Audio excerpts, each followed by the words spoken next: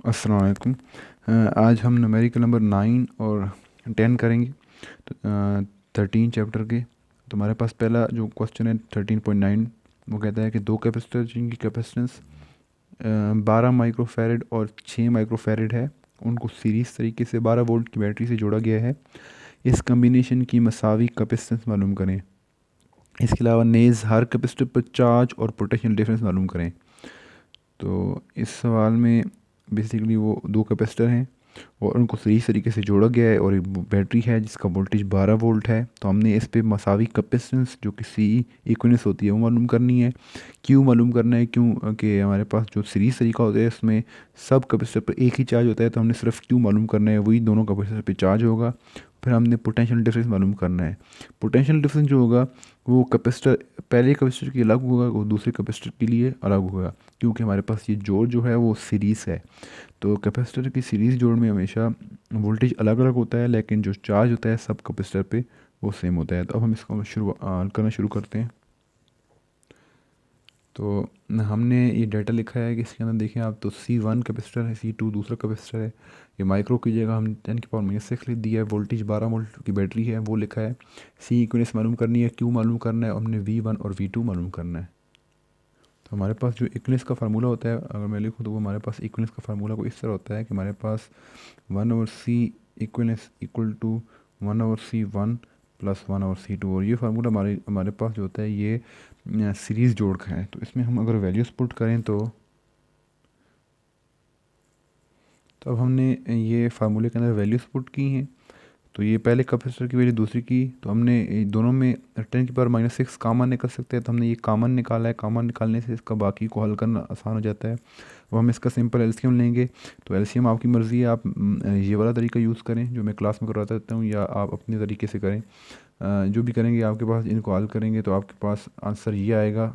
ये अगर देखिए, मैंने इसको पहले 6 के पाड़े से काटा है। 6 3 बार 18, फिर 6 12 बार 72 होता है, फिर 3 के पाड़े से 3 1 बार 3 3 4 बार 12, हमारे पास 1/4 यहाँ पे बचा, और 1/10 की बताकर -6 ये है। जब मल्टीप्लाई होंगे दोनों तो ऊपर 1 1 से 1 और 4 इंटू 10⁻�6 ये ऐसे ही आ जाएगा। हमारे पास हमने सी इक्विवेलेंस निकालना है। ये हमारे पास निकालने के लिए हम इसको ऊपर लेकर जाएंगे। अगर एक साइड को हम उल्टाएंगे तो दूसरी साइड को उल्टाना पड़ेगा। दोनों साइड उल्टाएंगे तो ऐसे हमारे पास आ जाएगा। और 10⁻⁻6 हमारे पास माइक्रो की इक्वल होता है, तो हमने ये लिख दिया कि 4 माइक्रो फेरेड। तो हमारे पास ये सी इक्विवेलेंस निकल आई। ये 10⁻⁻6 कहाँ से आई? हमने यहाँ पे आप देख रहे हैं, यहाँ से हमने इसको कॉमन लिया था, ये वही है। अब हम दूसरी चीज़ चार्ज मालूम करते हैं। तो चार्ज के लिए हम फार्मूला लिखेंगे। हमारे पास आमतौर पे चार्ज का फार्मूला होता है चार्ज निकालने के लिए, Q इक्वल टू कैपेसिटर के अंदर Q इक्वल टू CV। तो हमने यहाँ पे लिखा है सी इक्विवेलेंस, क्योंकि हमारे पास ये कैपेसिटर एक नहीं है, इसका एक पूरा जोड़ है, सीरीज जोड़ है। तो उसके लिए उसके अंदर हम क्या करेंगे, हम यहाँ पे C जो इस्तेमाल करेंगे कैपेसिटेंस, वो कैपेसिटेंस जो इक्विवेलेंस हमने मसावी कैपेसिटेंस वो निकाली है, वो यहाँ पे यूज़ होगी इस फार्मूले के अंदर। ये कब फार्मूला आपने लगाना है इक्विवेलेंस वाला? जब हमारे पास कैपेसिटर एक ना हो, वो एक जोड़ हो पूरा उनका, तो फिर आपने चार्ज वगैरह इस तरीके से निकालना है। फिर हमने इस फार्मूले के अंदर देखें वैल्यूज़ पुट की, सीक्वेंस की वैल्यू, फिर ये 12 वोल्टेज जो बैटरी का है वो उसकी वैल्यू पुट की, सॉल्व किया, हमारे पास ये आया। तो 10⁻⁻6 अगेन वो हमारे पास माइक्रो के बराबर होता है। तो ये हमारे पास आ गया 48 माइक्रो कूलम, ये चार्ज आ गया। अब हमने मालूम करना है V1। तो हम V1 मालूम करेंगे जो कि वोल्टेज है अक्रॉस कैपेसिटर वन के का जो वोल्टेज होगा वो उसका वो जो पोटेंशियल डिफरेंस होगा वो हमने निकालना है। तो V1 के लिए हम फार्मूला यूज़ करेंगे। तो उसके लिए हम ये फार्मूला यूज़ करेंगे। हमने यहाँ पे देखा कि जो Q equal to C V होता है, तो C1 यहाँ की V1 हमने निकालना है पोटेंशियल डिफरेंस जो कि कैपेसिटर पहले कैपेसिटर के अराउंड है। तो उसके लिए हमने ये फार्मूला इस्तेमाल किया, और पहले कैपेसिटर की कैपेसिटेंस C1 है और उसका जो पोटेंशियल डिफरेंस होगा उसका नाम हमने V1 रखा था। V1 निकालने के लिए इसको इस तरफ ले आएंगे, और बाकी हमने सिर्फ वैल्यूज पुट करनी है। तो अब हमने उसके अंदर वैल्यूज पुट की, सॉल्व किया, तो ये हमारे पास 8 वोल्ट आता है। ये कैंसिल, यहाँ से ये दोनों कैंसिल हो गए, 6 8 48 होता है। हमारे पास इसका आंसर आ गया 8 वोल्ट। अब हम V2 निकालेंगे।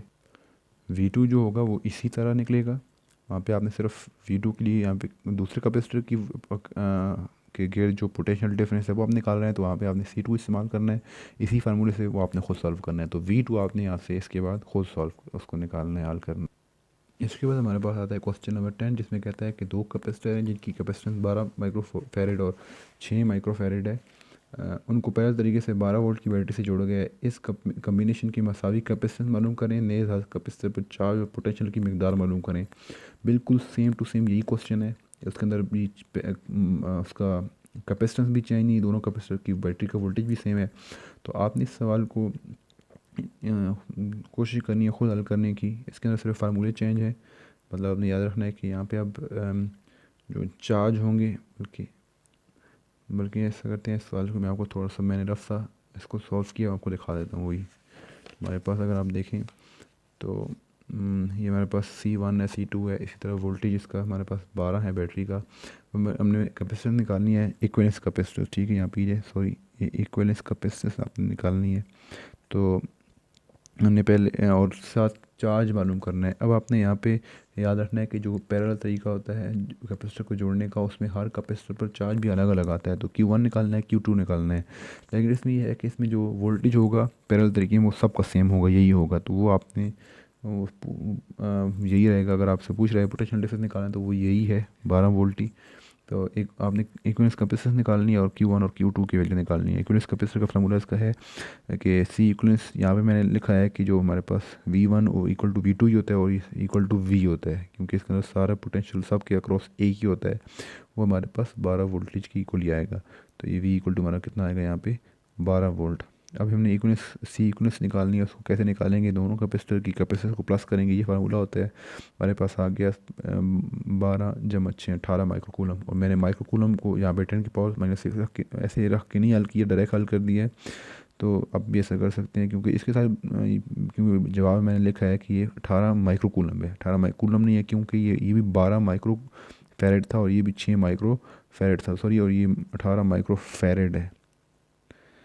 इसके बाद हमने Q1 निकालने के लिए वो फार्मूला इस्तेमाल करना है, उसके अंदर वैल्यूज पुट की। Q2 निकालने के लिए ये फार्मूला इस्तेमाल कर लिया, इसकी वैल्यूज पुट कर ली। और यहाँ पे आप देख सकते हैं हमारे पास ये Q1 आ गया, ये Q2 आ गया, और चार्ज का यूनिट कूलम होता है। और ये सब याद रखना है कि कैपेसिटेंस का जो यूनिट होता है वो फैरेड होता है। तो ये हमारे पास सारे न्यूमेरिकल हल हो गए हैं।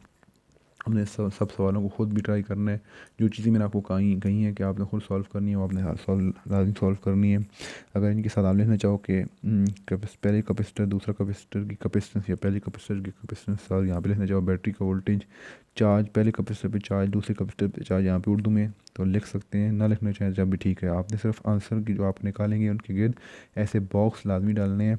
इसके अलावा अपने सवाल ऊपर लिखना है अपनी असल कापी भी, और उसमें सवाल मार्कर से लिखना है, नीले मार्कर से, और जवाब सारे नीली पेन से। तो ये आपने सारा कर लेना है, और इसको 1-2 दफ़ा प्रैक्टिस करनी है ख़ुद सॉल्व करने की, तभी आपको ये सवाल आएंगे थोड़े मुश्किल है।